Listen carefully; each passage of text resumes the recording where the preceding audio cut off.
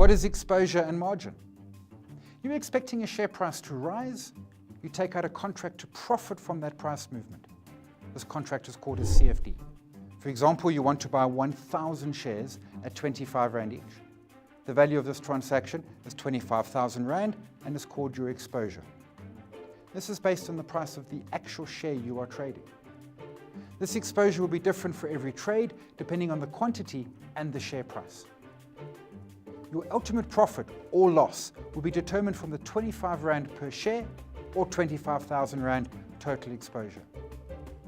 Even though your exposure is 25,000 Rand, you don't need the full amount to place the trade. You are only required to put down a cash deposit, which needs to be in your CFD account. This is called margin. The CFD provider determines how much your margin will be when you place a trade.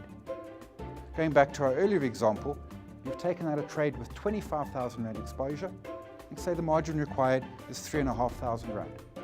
Your profit or loss is determined on the exposure of 25,000 Rand, not the margin of 3,500. To learn more about CFD trading, go to ig.com/seminars to register for one of IG's free events.